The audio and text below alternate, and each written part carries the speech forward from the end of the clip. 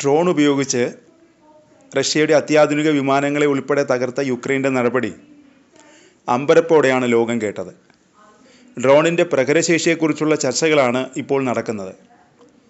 ഗസയിൽ ഹമാസും ഡ്രോൺ ഉപയോഗിച്ച് ആക്രമണം നടത്തിയെന്ന റിപ്പോർട്ടാണ് ഇപ്പോൾ പുറത്തു വരുന്നത്. വടക്കൻ ഗസയിലെ ജബാലിയ മേഖലയിൽ പ്രവർത്തിക്കുന്ന സൈനികർക്ക് നേരെയാണ് ഡ്രോണിൻ്റെ സഹായത്തോടെ ഹമാസ് സ്ഫോടക വസ്തുക്കൾ ഇട്ടത്.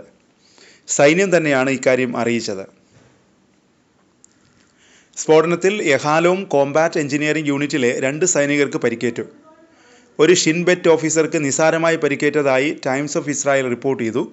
ചൊവ്വാഴ്ചയാണ് ഹമാസ് ഡ്രോൺ ആക്രമണം നടത്തിയത്.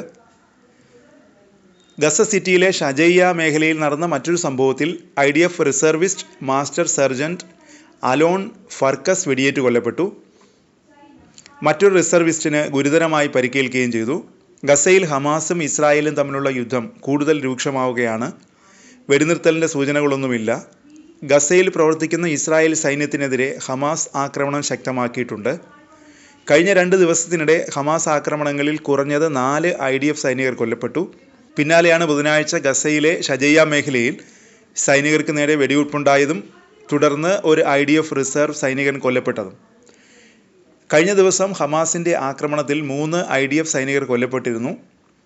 ഇതോടെ 2 ദിവസത്തിനുള്ളിൽ 4 ഇസ്രായേൽ സൈനികരാണ് ഹമാസിൻ്റെ ആക്രമണത്തിൽ കൊല്ലപ്പെട്ടത്. ഫലസ്തീൻകാരനായ തോക്കുധാരി ഇസ്രായേൽ സൈന്യത്തിന് നേരെ വെടിയുതിർക്കുകയായിരുന്നുവെന്നാണ് റിപ്പോർട്ടുകൾ പറയുന്നത്. അതിനിടെ ഗസയ്ക്കെതിരായ യുദ്ധത്തിൽ പങ്കെടുക്കാൻ വിസമ്മതിച്ചതിന് നഹൽ ബ്രിഗേഡിലെ 2 സൈനികരെ ഇസ്രായേൽ സൈനിക കോടതി ജയിൽ ശിക്ഷയ്ക്ക് വിധിച്ചു. ഗസയിൽ പ്രവേശിക്കാൻ വിസമ്മതിച്ചതിന് 2 സൈനികരെയും 20 ദിവസം തടവിനാണ് ശിക്ഷിച്ചത്. ഇസ്രായേൽ സൈനികർ ഗസയിൽ പ്രവേശിക്കാൻ വിസമ്മതിക്കുന്നത് ഇതാദ്യമല്ല. ഗസ യുദ്ധത്തിൽ പങ്കെടുത്ത ഇസ്രായേലി റിസർവ് സൈനികരിൽ ഏകദേശം 12% പേർക്ക് പോസ്റ്റ് ട്രോമാറ്റിക് സ്ട്രെസ് ഡിസോർഡറിൻ്റെ ഗുരുതരമായ ലക്ഷണങ്ങൾ ഉണ്ടെന്നാണ് ഇസ്രായേലി ദിനപത്രം ഫാരിസ് റിപ്പോർട്ട് ചെയ്യുന്നത്. ഇത് അവരെ സൈനിക സേവനത്തിലേക്ക് തിരികെ എത്തിക്കാൻ യോഗ്യരല്ലാതാക്കിയെന്നും ടെൽ-അവീവ് സർവകലാശാലയിലെ ഒരു ഗവേഷണ സംഘം വെളിപ്പെടുത്തിയതായി ഫാരിസിൻ്റെ റിപ്പോർട്ടിൽ പറയുന്നു. സ്ത്രീകളും കുട്ടികളും ഉൾപ്പെടെ 54,000-ലധികം പലസ്തീനികളെയാണ് ഇസ്രായേൽ സൈന്യം കൊലപ്പെടുത്തിയത്.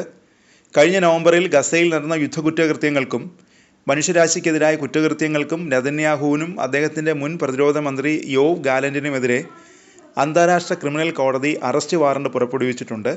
സാധാരണക്കാർക്കെതിരായ യുദ്ധക്കുറ്റങ്ങളുടെ പേരിൽ ഇസ്രായേൽ അന്താരാഷ്ട്ര നീതിന്യായ കോടതിയിൽ ഒരു വംശഹത്യാ കേസ് നേരിടുന്നുണ്ട്.